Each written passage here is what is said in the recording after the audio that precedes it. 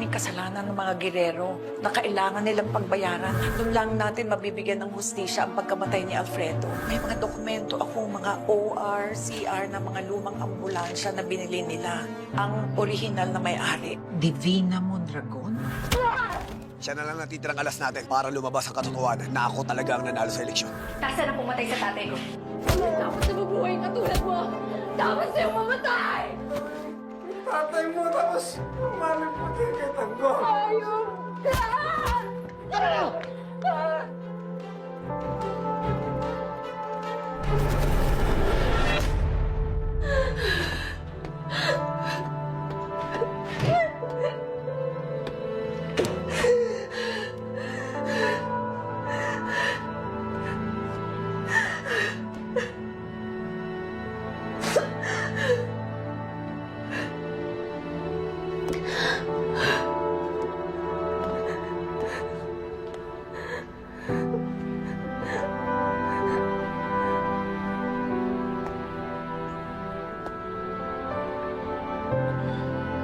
Bogay.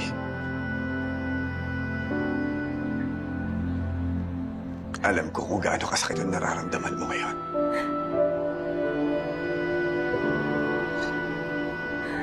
Alam kong gusto mong magigante. Pero huwag mo sanang sayangin ang buhay mo.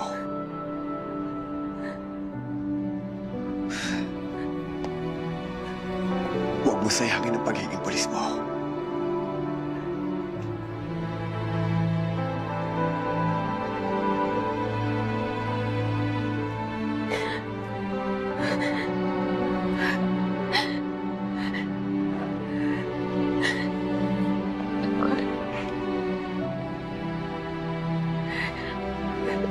Ikaw naman ang gagawin ko. Alam mo ba buong buhay ko? Pinangarap ko lang masaksihan ng tatay ko na gumraduate at maging pulis ako. Alam kong hindi siya perfectong tao.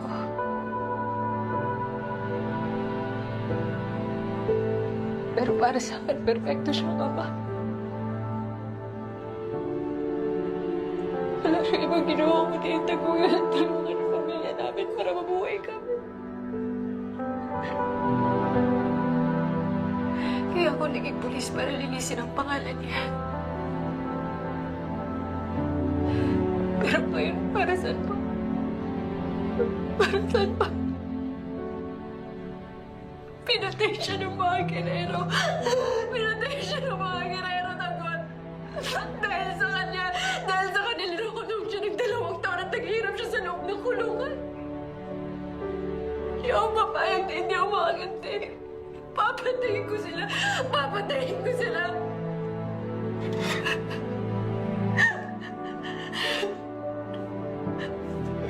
Bogay. Kung ano man gagawin ko to.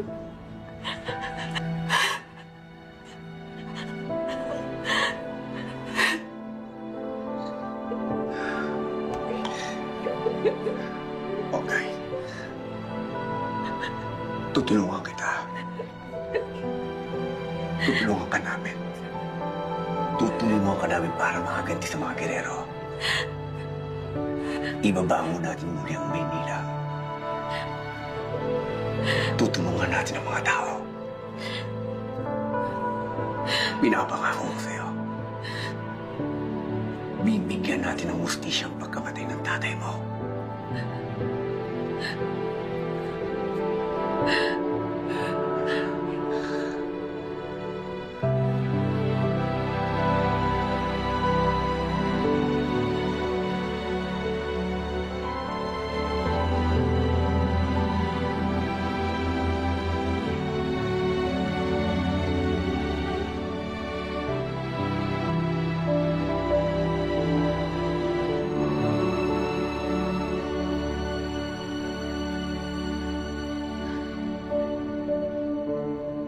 Tanggol? Pwede ba ako tumira dito kahit pansamantala lang? Hindi ko na alam. Hindi ko kilala kung sinong kalaban ko ngayon. Sa pagkamatay ni tatay, ni Tita Linda, sigurado ako hindi sila titigilan at hindi ako namamatay. Huwag ka mag-alala, Ponggay. Tutulungan ka namin. Mas mabuti na dito ka na muna. Para kahit paano, maprotektahan ka namin. Ano plano mo? Babalik ka pa ba sa trabaho mo? Kinakailangan. Ito na lang pinanghahawakan ko ngayon eh. Sa trabaho kong to, dito ako makakuha ng pagkakataong pagbayarin ng mga gerero.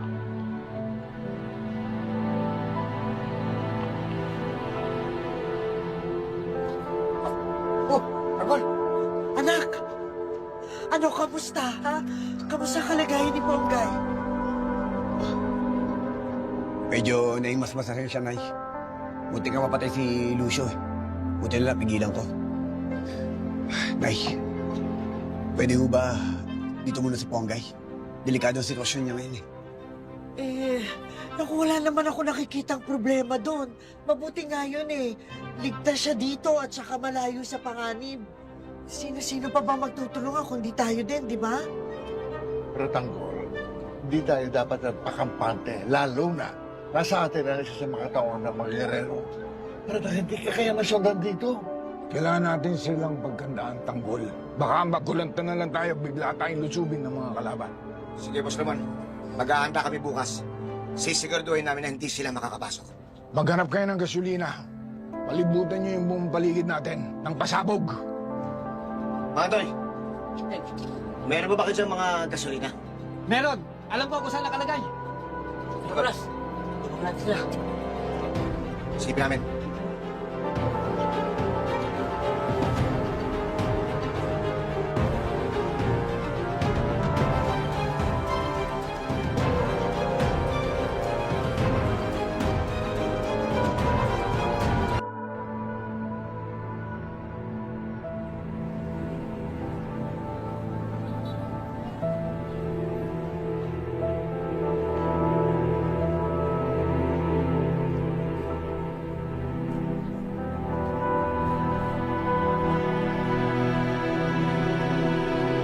Kung nasaan ka man, alam kong payapa ka na, Alfredo.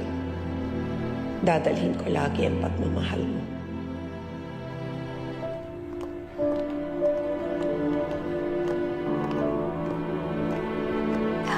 Aling Tendeng, makapasensya na. Nakakahiyaman pero ito lang ho yung nakayanan naming ibigay para kay Mang Alfredo. Sobra-sobra na ito. Maraming salamat sa inyo. Tinding, ito nga pala lahat ng impormasyon na nakaalap ko tungkol doon yung bibihin na Mondragon. Ano ang plano mo dito?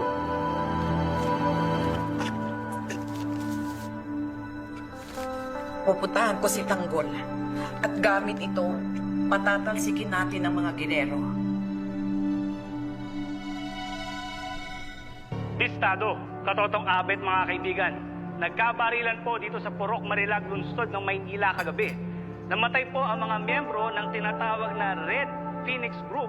Kasama na po ang isang gun store owner na si Enrique Espinelli at ang isa pong ex-police na si Mauro Garcia at ang kanya pong may bahay na si Linda Sanchez. Patuloy pa rin po ang investigasyon para malaman kung sino nakasakupan nila at kung ano ang motibo ng patayan. Ang tanong, ligtas pa ba ang Maynila? Yan po ang ating alamin. Dito lang yan sa Listado.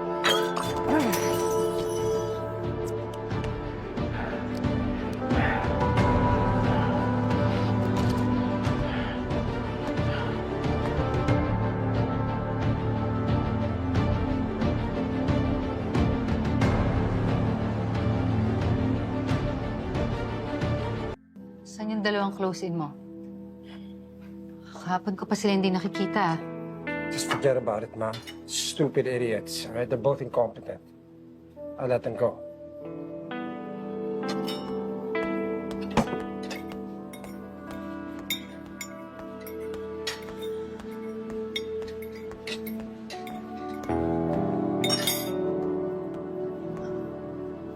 Roberto, may problema na naman.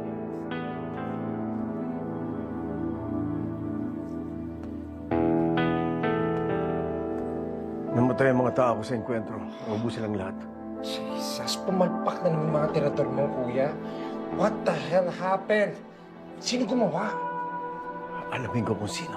Kuya, hindi pwede ma-associate mga pangalan natin sa mga yan. We can't be associated with those hooligans, especially not now. Sa laki ng gulo. Sa daming problema at sabay-sabay, sa daming gulong nangyayari, kailangan natin mag-isip ng isang paraan para matanggal ang atensyon ng mga tao sa atin. Isang paraan na pwede natin silang paligayahin. Event, fiesta, anumang gathering para mapaligayan natin sila at mawalang atensyon sa atin. Yun ang kailangan natin pag-isipan. Tamang-tama. Kinukulit ako ng kapitan ng Barangay Mabini. Gusto nilang bigyan ng parangal ang papa ninyo at patulan na natin. Ganda yan para sa pangalan natin. Ganun naman, di ba, pag politiko?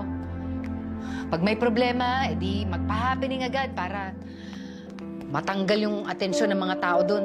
Gamitin na natin si Pa, kuya.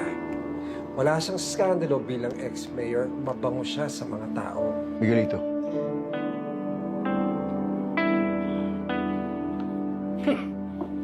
Naririnig ko ang pinag-uusapan ninyo. Anong binabalak ninyo? Gagamitin niyo na naman ang pangalan ko? Ha? You must admit, Pa, it's good PR. Yes, may konting hiccup sa panunungkulan ko. But that doesn't change who I am. I'm a guerrero, Pa. Tang guerrero tinitingala, nirirespeto at ginagalang. Pumayag ka na, pumayag na yung mga anak mo. Pero tingin niyo, sasang-ayon ako sa gusto ninyo? Wala na ako silbi, di ba? Di ba? Ano, magpapautusan niyo? Uutuin niyo ako? Hindi ka namin inuuto, Pa. Pa, we need you. Lalo na sa laki ng kulong ito. As the patriarch of this family, kailangan makita ng mga tao, Pa. And you're the one who holds this family together. Yeah.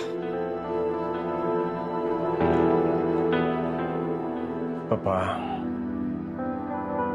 para to sa legacy ng Guerrero.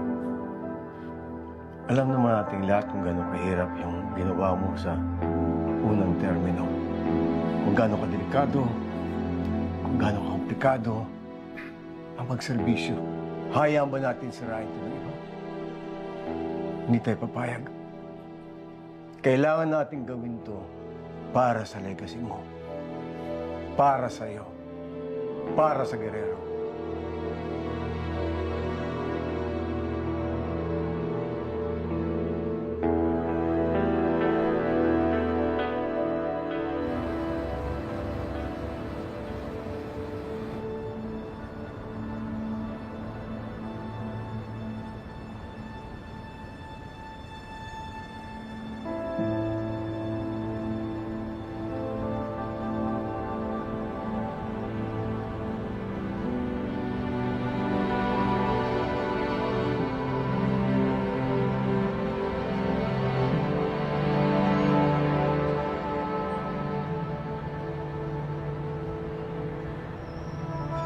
Lo.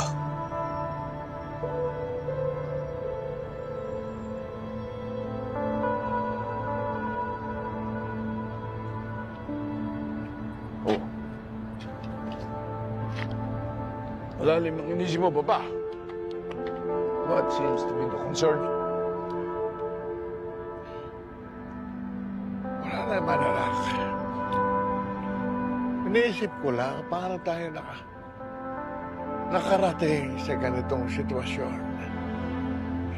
Saan ba ako nagkamali? Aba, lahat tayo nagkamali. Dahil sa pagtitiwala natin sa mga Guerrero na yan. Pero pag nabawi na ni Tanggol, pagka-mayor niya, tapos na ang kaharian ng pamilyang yan. Buburahin na natin lahat ng kapangyarihan nila. Tama ako si Papalo. Ngayon na meron ng titistigo laban sa mga Guerrero, sigurado ako, madali na natin mababawi ang City Hall.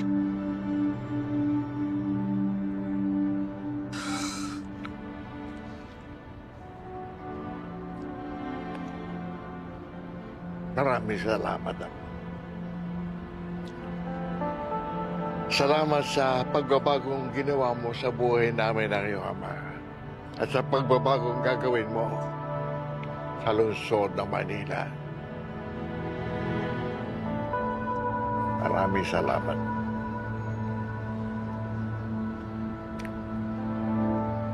Sana nga, magtagumpay ka. Huwag mo kayo mag-alala, Lo. Pinapakako ko po sa inyo. Gagawin ko ang lahat para mabawi natin ang Maynila. At kung sakali na akong maupo sa pwesto,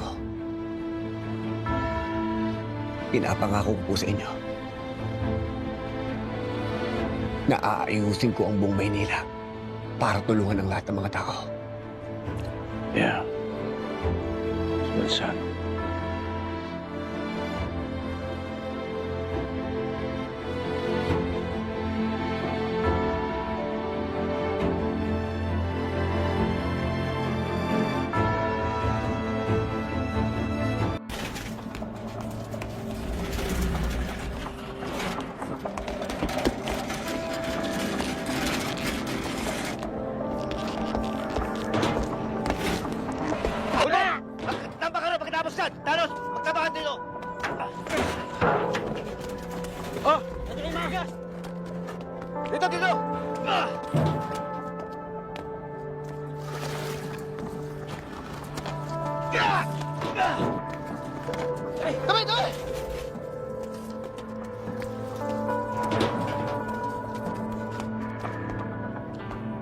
Oh, andito lang pala kayo eh.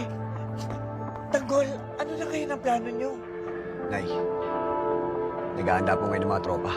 Para kung sakaling lusubin tayo dito, nakahanda ho tayo. Tagol! Nakahanda na ang buong paligid. Naitilo namin ang mga drum at mga gasolina. Subukan ngayon ang mga kampo ng mga girero na nalusubin tayo. Kamatayan na ipapataw natin sa kanila. Monggay, kapusta ka na? Maraming salamat po sa inyo. Sa ngayon, papasok muna ako sa presinto. Pogay, masyadong delikado kung papasok ngayon sa presinto. Hindi tanggol, kailangan ko pumasok sa presinto. Para makakuha pa ako ng sapat na ebidensya laban sa mga gerero. Naisip ko kanina, kailangan natin makakuha ng statement mula kay Lucio. Record natin kung anong mga nalalaman niya, lahat, tungkol sa mga gerero. Pag nakuha natin yun, magiging malakas yung ebidensya natin.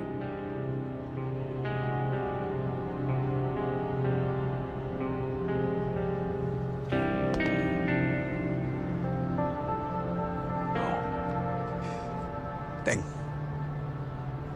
kunin niyo si Lucio. Lafo, tara!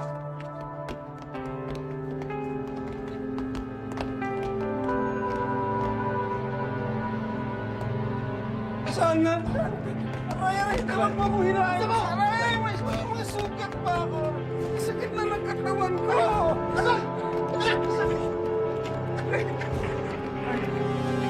Boss, wala ba kayong gamot dyan? Gamutin niyo muna ako. Manahimik ka na! Maraming sugat. Tigilan mo yan! Tigilan mo! Kailangan namin malaman ang katotohanan mula sa'yo. Aminin mo lahat ng nalalaman mo tungkol sa mga gerero. Sabihin mo dito. Lahat. Kung talagang gusto mong tumulong. Oo, sabihin mo dito! Ito na lang ang meron ka para makabayad sa lahat ng kasamaan na ginawa mo sa akin. Ayusin niya! Teka! Pagkatapos! Alam ko na ang gagawin niyo. Kilala kita, Tanggol. Papatayin niyo ako pagkatapos masabi ko mula. Lucio, kilala mo si Tanggol. Kung hindi ka magsasalita, mahihirapan ka muna namin bago ka namin patayin. Hayaan niyo na. Hindi niya kinakailangan magsalita.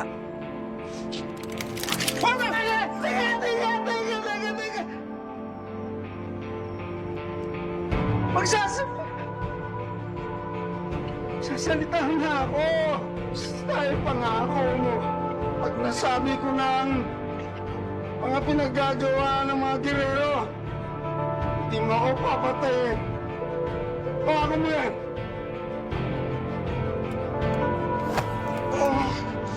Huwag mo na kaming paikot-ikutin. Kung magsasalita ka na. Dahil kapag nainip ako, masasabugin ko ang ulo mo. Sabihin ko na! Ang gusto ni Tanggol na gagawin ko. Tama niyo!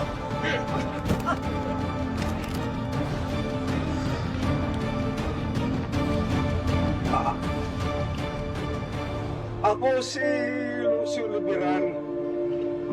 Kilala rin ako bilang si Uncle Lucio. Tauhan kami ng mga gerero. Ni Vice Mayor Roberto Guerrero.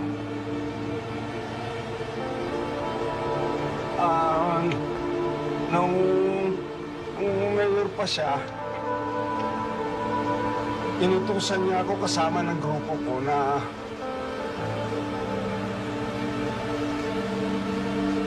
pasabugin yung meeting de avance ni Tanggol.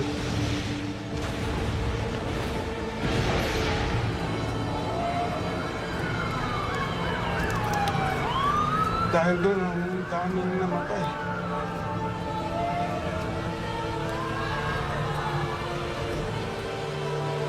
Tapos nung eleksyon, inutusan niya ulit kaming trabahuin para mapanalo sila, mga gerero. Pinasok namin yung kung may computer. May kasama kaming hacker na nakasalalay yung pagkapanalo ng mga gerero dito. Magmamanipula ng mga resulta ng eleksyon. Pagkatapos nun, pinatay namin yung hacker. Inilibing namin dun sa isang bakanteng lupa kasama ng mga SD cards. At lahat ng mga yun ay utos ni Roberto Guerrero.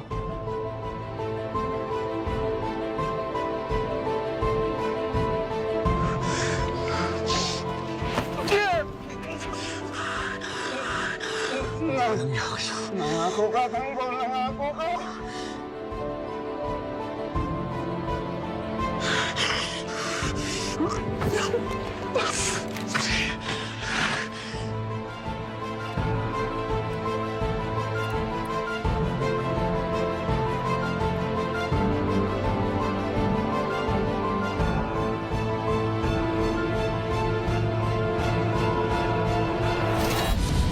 Tulad ni Ninong, di na makakapagtago.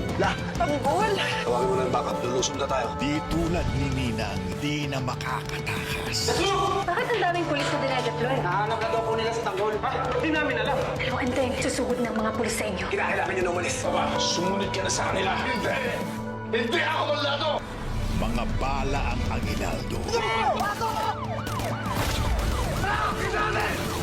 Mga bomba ang regalo.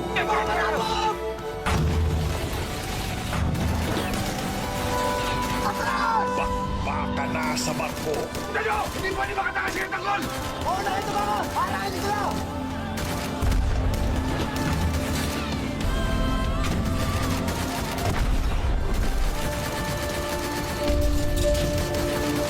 Sino-sino ang hindi aabot sa Pasko? Hindi sila dapat makalabas kayo ng buhay!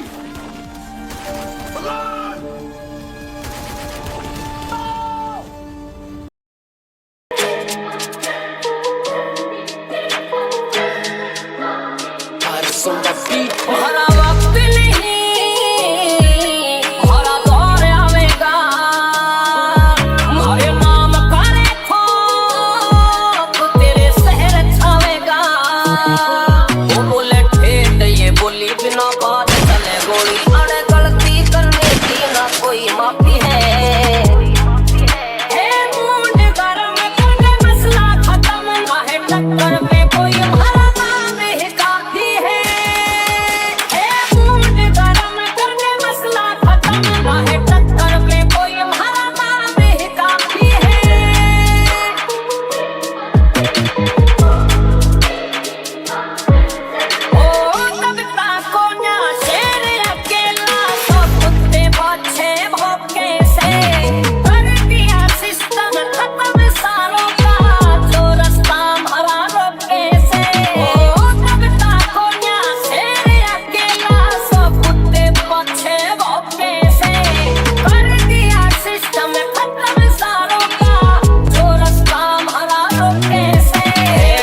से अड़बाती मजबूत इनकी छाती 100 दुश्मनों में एक शेर काफी है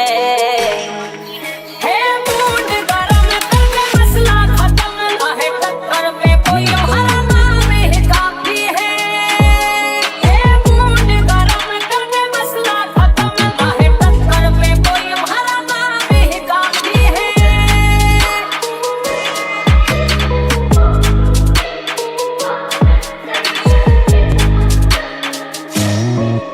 गावली में तपरीत ना करे सब हुकाल मचावेगा यामिंदर सरधना पहलादपुर लहदारी में गावेगा गावली में तपरीत ना करे सब हुकाल मचावेगा यामिंदर सरधना पहलादपुर लहदारी में गावेगा भाईचारा साथ दिगरा पावे लो हालात बड़े बूढ़ा की इज्जत राखी है